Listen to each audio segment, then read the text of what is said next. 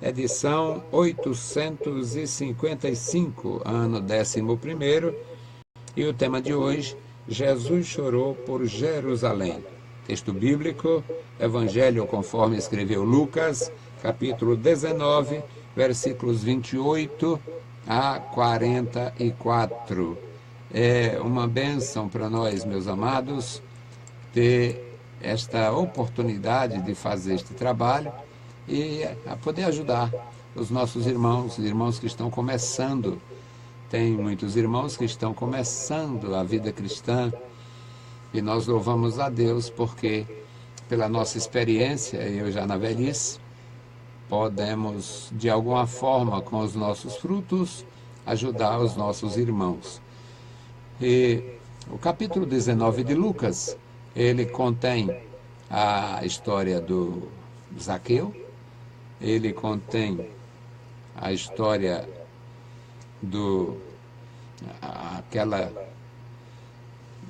aquela parábola das minas, e na parte final é o Senhor Jesus se aproximando de Jerusalém, e é neste episódio que ele chora sobre Jerusalém. Nós vamos ler a partir do versículo 28.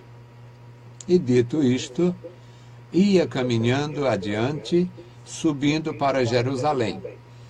E aconteceu que, chegando perto de Betfagé e de Betânia, ao monte chamado das Oliveiras, mandou 2 dos seus discípulos, dizendo: Ide à aldeia que está à frente, e aí, ao entrar, achareis preso um jumentinho, em que nenhum homem ainda montou. Soltai-o e trazei-o. E se alguém vos perguntar: por que o soltais? Assim lhes direi: porque o Senhor há de precisar. E indo os que haviam sido mandados, acharam como lhes dissera.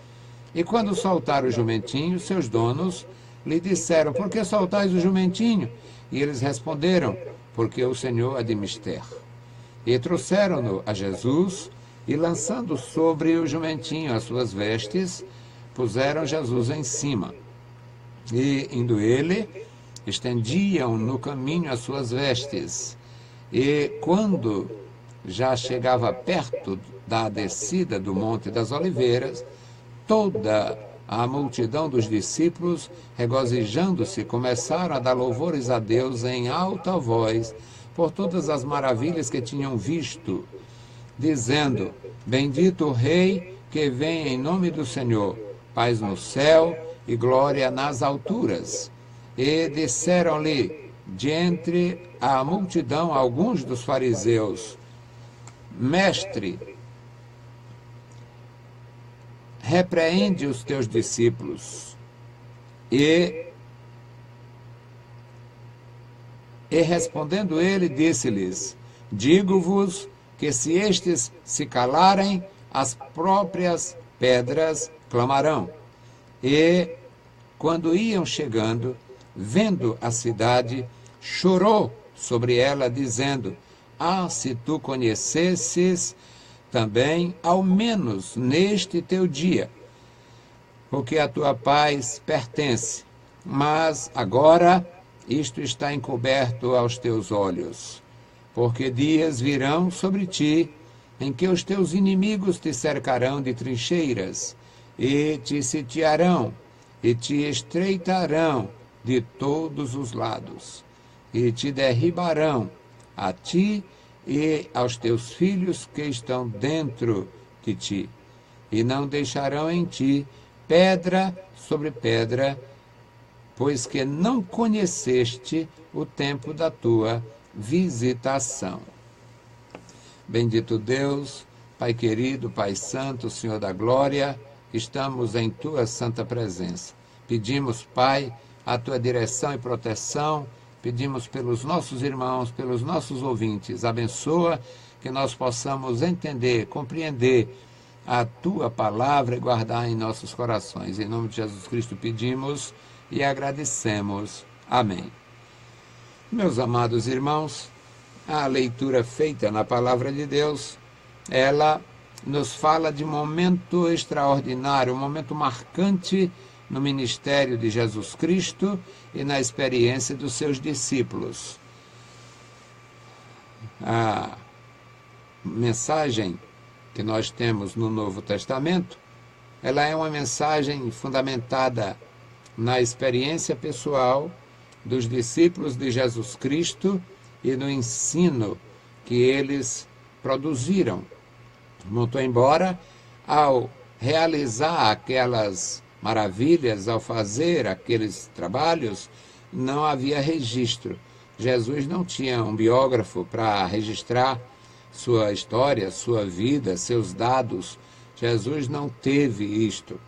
E esses discípulos, eles foram testemunhas ocular, eles viram, eles ouviram, eles estiveram com Jesus, e quando, depois de muito tempo, eles, ouvindo a palavra que o reino de Deus estava próximo, que estava chegando, eles não tiveram preocupação em escrever. Mas quando o tempo passa, eles resolvem, são tocados pelo Senhor. Deus é longânimo e por isto Deus não ordenou que eles escrevessem logo e nem tampouco deixou que nós ficássemos no prejuízo. Tudo que foi escrito é suficiente para nos ensinar, nos orientar a respeito de tudo que o Senhor Jesus Cristo fez e ensinou. Ele, no capítulo 19 de Lucas, nós temos a maravilhosa história do Zaqueu. E após a história do Zaqueu, aí o Senhor Jesus faz aquela parábola das minas. Ele propõe uma mensagem de ensinamento a respeito de produzir frutos para o reino de Deus. E o destino dele era Jerusalém. E ele estava falando, por exemplo, no versículo 26 e 27, diz aqui, que é o final da parábola, 26, pois eu vos digo que qualquer que tiver, lhe será dado, mas o que não tiver, até aquilo que tem será tirado. Aqui ele estava falando aquele indivíduo que guardou uma mina com todo cuidado, e ele mandou tirar aquela mina para dar o que tinha 10 minas. No versículo 27, isto ficou claro. Quanto àqueles meus inimigos que não quiseram que eu reinasse sobre eles, trazei-os e tal. Portanto, aqui está falando da revolta. Era um ensinamento que ele estava fazendo. Ele estava deixando claro que Israel tinha falhado na sua missão. O versículo 28 inicia dizendo, e dito isto, ia caminhando adiante, subindo para Jerusalém. Era em Jerusalém que devia acontecer a consumação da vida de Jesus. Ele também chora sobre Jerusalém, Jerusalém, Jerusalém, que mata os profetas, porque Jerusalém era o destino, era a cidade do grande rei, era a cidade santa escolhida pelo próprio Deus naquele episódio que o Davi consegue uma vitória que não tinha quem acreditasse, portanto, uma vitória milagrosa. E Deus faz com que os acontecimentos tenham lugar ali. E ele, dito isto, ou seja, ensinando a respeito do reino de Deus, a respeito da rejeição, o versículo 27, fica muito claro que os inimigos não queriam que a história que ele diz, que aquele rei reinasse, e entretanto, aquele rei veio com autoridade, reinou e ainda tinha o poder de vida e morte. Aí o versículo 28 diz, e dito isto, ia caminhando adiante, subindo para Jerusalém. Agora, no versículo 29, começa a descrever o episódio da entrada triunfal de Jesus em Jerusalém. Quando chegou perto de Betfagé, o versículo 29 diz que ele enviou 2 dos seus discípulos. Vão andando, vão na frente, vocês vão encontrar lá na entrada, vocês vão ver um animal preso. Tem uma jumenta presa e tem um jumentinho com ela. Então, soltai-os e trazei-os. Esse jumentinho ainda não foi usado, ninguém ainda montou. ninguém nunca montou. Então, trazei-o a mim. E se alguém perguntar, por que vocês estão soltando os animais? Respondam que eu vou precisar. Versículo 31. Porque o Senhor necessita dele. Bom, e eles foram e acharam como Jesus tinha dito. Lá na frente tinha o animal amarrado. Eram cenas muito corriqueiras, muito comuns, mas para acontecer exatamente do jeito que Jesus diz, um animal amarrado ali, pastando, tudo bem. Agora, o dono está próximo e perguntar, que negócio é esse? Por que vocês estão soltando meus animais? Do jeito que havia, o Senhor tinha dito, estava acontecendo. Ou seja, Deus trabalha de uma forma ordenada. Jesus Cristo tinha a onisciência, o poder de ensinar, de antever, de prever pelo Espírito. E eles levaram o animal e chegaram ali, colocaram as vestes, forraram o animal. Não era um animal de montaria, mas eles forraram o animal e o Senhor Jesus montou naquele animal que não tinha ainda esta experiência como montaria. O versículo 36 diz que eles iam na frente e estendiam suas vestes também no caminho. Era um momento marcante na história de Israel, na história de Jerusalém, e eu diria para vocês, na história da redenção. Estava ali, iniciando o tratar de Deus com todos os gentios, mediante a rejeição a Jesus. Pelo fato de terem rejeitado a Jesus, Deus estendeu a oportunidade a mim, a você, a nós. Então, aqui no versículo 37, diz que quando eles chegaram perto da descida do Monte das Oliveiras, também a questão da visibilidade. Na região do Monte das Oliveiras já se via boa parte da cidade. E quando eles desciam, na descida do monte, então a multidão dos discípulos começam a se regozijar, porque aquilo estava escrito, estava com mais de 500 anos que estava escrito. O teu rei vem sobre ti, manso, montado sobre um filho de uma jumenta, ou seja, um jumentinho inexperiente como montaria. Então, eles se alegravam, os discípulos, aquela multidão se regozijava, se alegrava pelo fato de estar contemplando o cumprimento das Escrituras. A Bíblia estava se cumprindo literalmente na visão deles, diante deles.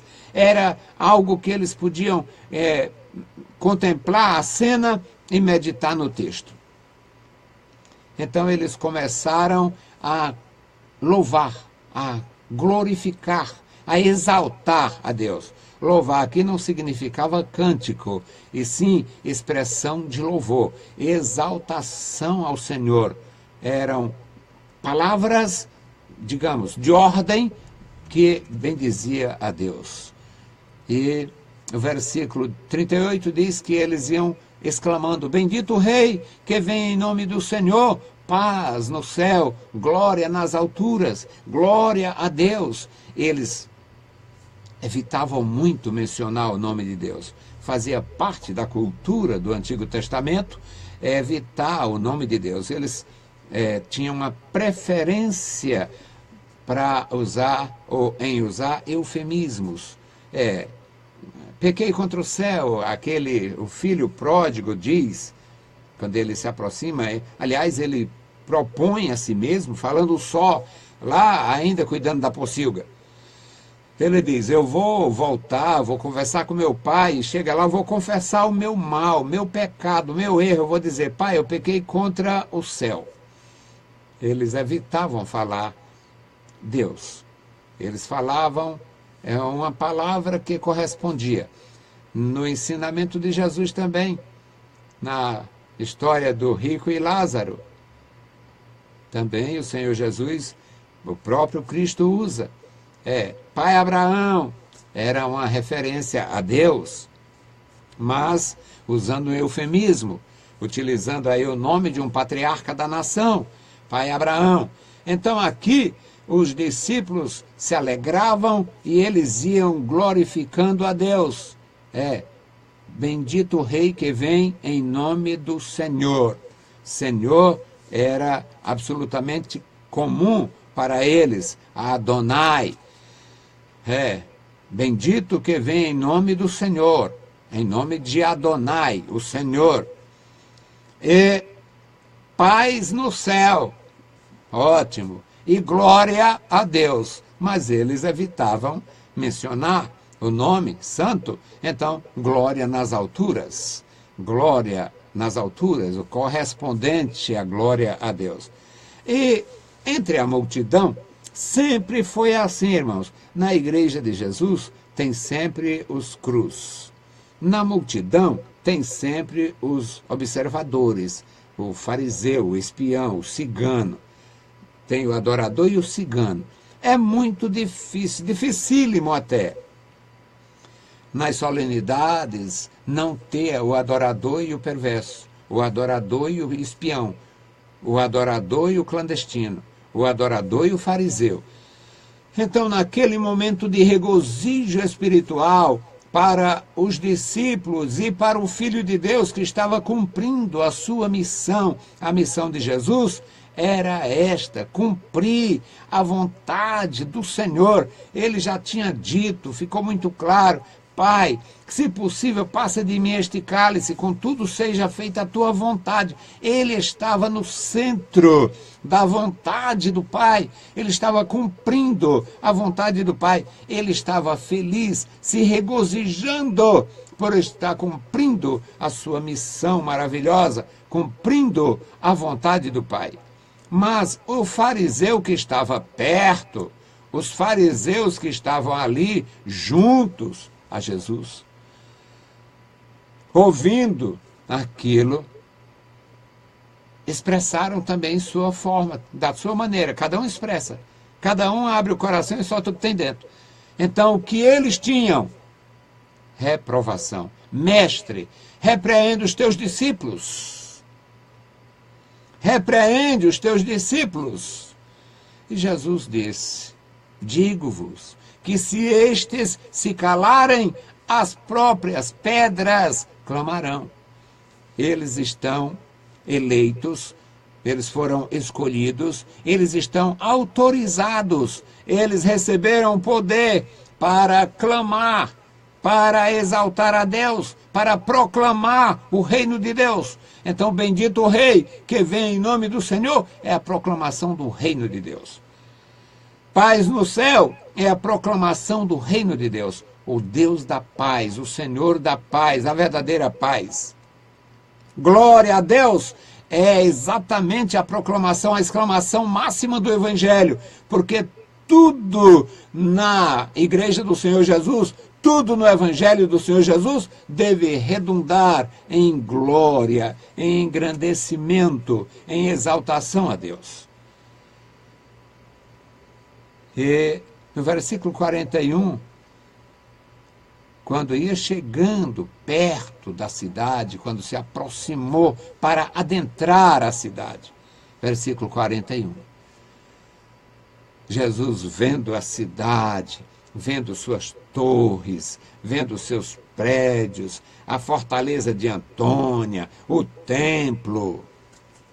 A fortaleza de Antônia era um quartel, ali onde estava o poder romano, com a seus emblemas, seus valores. E Jesus foi chegando e chorou por Jerusalém. Ele chorou sobre a cidade, chorou por aquela geração. E ele disse: Jerusalém, se tu conhecesse, se tu tivesse o mínimo de compreensão desta tua oportunidade, este teu dia. Se tu conhecesse, se tu tivesse no nível espiritual de conhecer o dia da oportunidade, o dia da redenção, o dia da oferta de Deus, o dia da aproximação do céu, quando Deus abriu os céus para abençoar de uma forma plena e profunda. Ah, se tu conhecesse esse teu dia, Jerusalém. Este dia, a tua paz dependeria deste dia.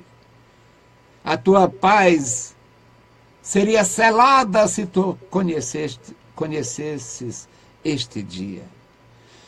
Mas tu estás embotada no entendimento e na visão. Isto está impedindo a tua sorte. Isto está determinando a tua queda.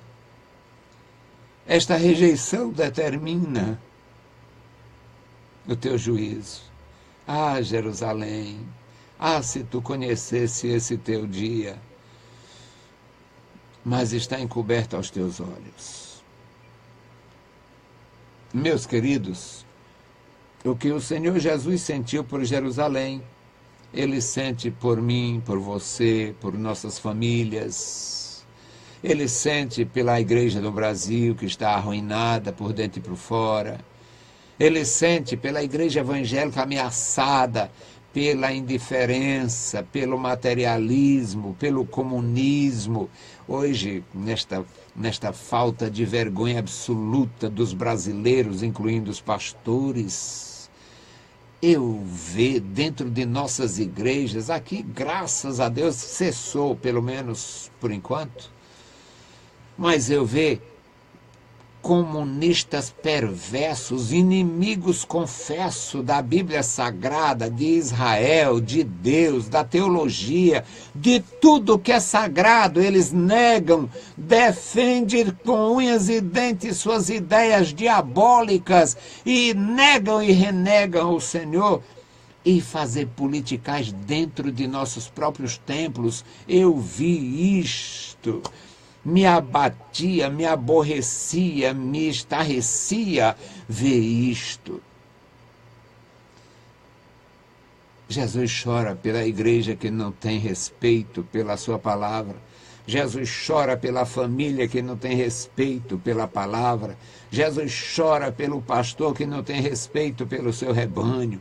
Jesus chora pelo rebanho que não tem respeito pelo seu pastor. Jesus chora por crentes que não têm respeito pela sua oportunidade. Quantos crentes míopes que não reconhecem esse seu dia, este dia de paz que o Senhor proporciona. Quantos pastores mesquinhos abandonando o posto, saindo do ministério para se aventurar. É uma maldição. Eu louvo a Deus, eu sei que sou fraco, fraquíssimo. Hoje eu dizia para uma pessoa com quem eu conversava, eu sou tão fraco que eu penso que sou tuberculoso na fé. Mas, meus amados irmãos, é uma grandeza o amor de Deus manifestado em nossos corações e as oportunidades que temos. O Senhor chorou sobre Jerusalém. O Senhor tem chorado por famílias inteiras. O Senhor tem chorado por gerações inteiras. O Senhor tem chorado pela nossa igreja. Eu creio que o Espírito também entristece quando nós, no lugar de colocar em primeiro lugar o reino de Deus e a sua justiça, colocamos em primeiro lugar nossos interesses. Convenção dividida, igreja dividida, pastores divididos e rebanhos iludidos. Crentes mesquinhos e carnais, parece que estão fazendo favores ao pastor em ir ouvir a palavra e alimentar sua alma. Leva suas ofertas e dízimo e parece que estão fazendo grande coisa e por isto merecem ser paparicados. Isto é vergonhoso. Que o Senhor tenha compaixão, que essas pessoas se convertam, se coloquem na presença de Deus e reconheçam. O Senhor Jesus chorou por Jerusalém, que Ele chorou por mim, chorou por você, que nós não o façamos chorar de novo. Não faça o Senhor sofrer, não faça o Espírito sair, não faça os anjos de Deus abandonar.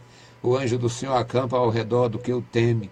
Então, não faça o anjo sair, não faça o anjo escapar, não faça o Senhor se ausentar. Tenha graça para reconhecer esta oportunidade, a oportunidade de louvar, de servir, de exaltar, de adorar e esperar o Filho de Deus. Bendito Deus, Pai querido, Pai santo que está nos céus, nós te louvamos, te exaltamos, bendizemos e agradecemos pela vida, pela salvação, pela tua bondade. Abençoa os meus irmãos, dá graça a cada um, os nossos ajudadores, meu Senhor, recompensa com a bênção dos céus. Querido Pai, se conosco, dá-me a tua graça, Senhor. Eu quero estar mais perto de ti cada dia. Enche-me de amor pelo teu povo e de graça para proclamar a tua palavra. Em nome de Jesus Cristo, Senhor, te pedimos e te agradecemos. Amém. Saudamos a todos com a paz de nosso Senhor Jesus Cristo. Se o Senhor permitir, voltaremos na segunda-feira. Deus os abençoe e vos guarde sob a sua bênção, sob a sua proteção. Amém.